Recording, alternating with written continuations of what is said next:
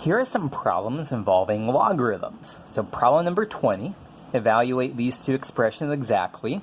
So the first one is a log base 2 of the 7th root of 64.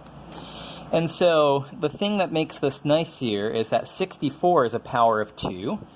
64 is 2 to the 6th power.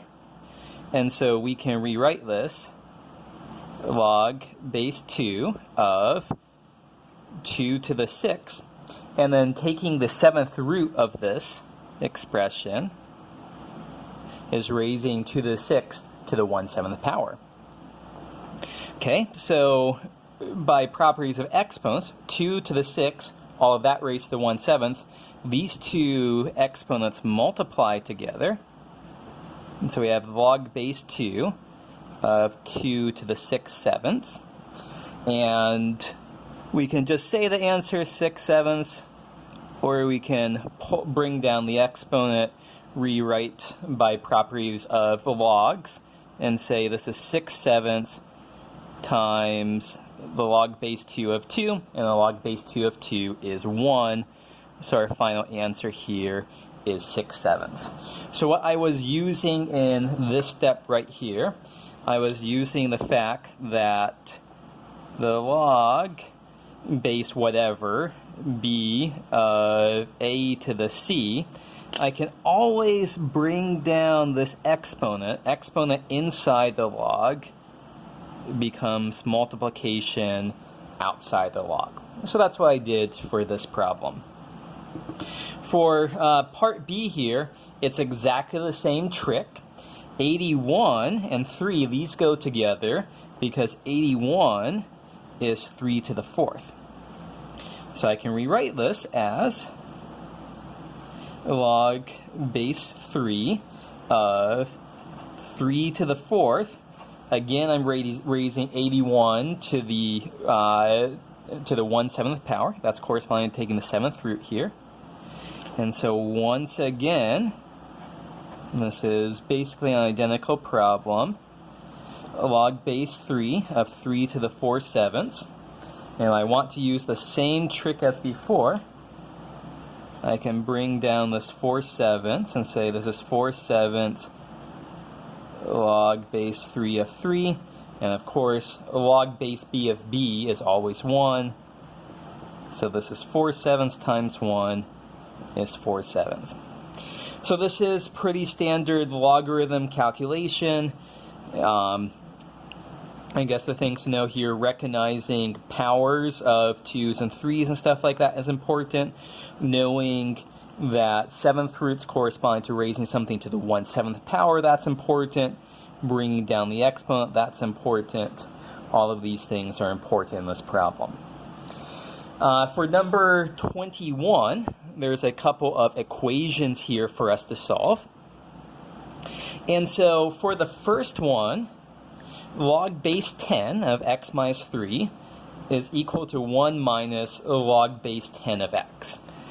And what I'm going to use here is the fact that log of a plus log of b is equal to log of a times b.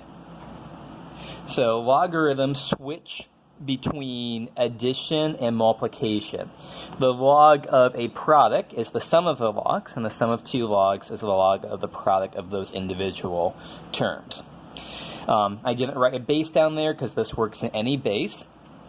I'm going to move my log base 10 to the other side here, so I have two terms with logs and log of a plus log of b on the left, and then I can use this fact here.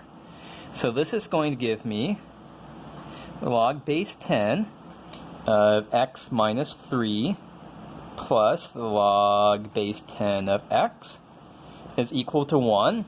And using this fact, log base 10 of x minus 3 times x. So adding together logs is the log of the product here. So now I can do 10 to both sides here, but it's basically, or the easier way to just kind of think about this is log base 10 of this is equal to 1. Well, log base 10 of something is equal to 1 when this something is equal to 10. So now I have to solve the equation. X minus 3 times x is equal to 10. X squared minus 3x minus 10 is equal to 0. And I think actually we saw this way earlier in the set of review problems. And so the solutions here are going to be x is equal to 5 and x is equal to minus 2. But there's one little catch here. What's the catch? We can't take logs of negative numbers. So it looks like we have two solutions, but we only have one solution here. x is equal to 5 is the only solution that works here. You can plug everything in to make sure everything is, in fact, on the up and up. For part B here, 2 to the 2x plus 1 is equal to 8 to the 3x. Just as in the previous problem, we know that 8 here is a power of 2. So this is 8 is 2 cubed to the 3x. These exponents multiply together. 2 to the 3 times 3x is 2 to the 9x. 2 to the 2x plus 1 is equal to 2 to the 9x. Well, those only equal if their exponents equal. If you want to be a little bit more formal about it, take the log base 2 of both sides, and you'll end up with this. But now we have a very easy equation to solve. Subtract 2x. 7x is equal to 1, so x is equal to 1/7. Plug in 1/7 for yourself. You'll see that everything here checks out. Final one, this is no logs. This is e to the x stuff. So the first thing to notice here is that both these terms have an e to the x in them, so let's factor that out. So x minus 2 times e to the x is equal to 0. And so what we should realize here is that this is going to be 0. We're checking to see when either of these factors is 0. So x squared minus 2 equals 0. That's exactly when x is square root 2, or x is equal to minus square root 2. So we've got two solutions so far. E to the x equals 0. E to the x is never 0. So just remember real quick, what does a graph of e to the x look like? It looks something like this. As x goes off to infinity, e to the x gets bigger and bigger and bigger. But as x gets more and more negative, going off to negative infinity, e to the x gets smaller and smaller, but it's always a small positive number. It never gets to 0, it never gets to anything negative. So we only have two solutions here. X is plus or minus 2. Okay, so one more problem in this set. Use the fact that log base 2 is approximately 2.32. The sheet says exactly equal to, but these are just approximations. And log base 2 of 3 is approximately 1.58 to find log base 2 of 15 and log base 2 of 5/3.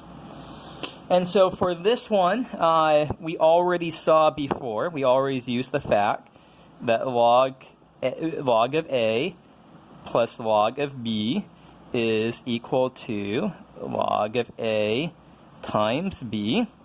And similarly, log base A log of A minus log of B is equal to log of not A times B, but A divided by B. So what do we have here? This 15, this is 5 times 3. And so we have log base 2 of 5 times 3 is log base 2 of 5 plus log base 2 of 3. Log base 2 of 5/3 is 5 divided by 3 here, so log base 2 of 5 minus log base 2 of 3. And the only thing that's left for us to do is to fill in these approximations here.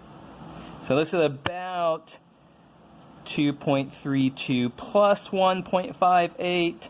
This is about 2.32 minus 1.58.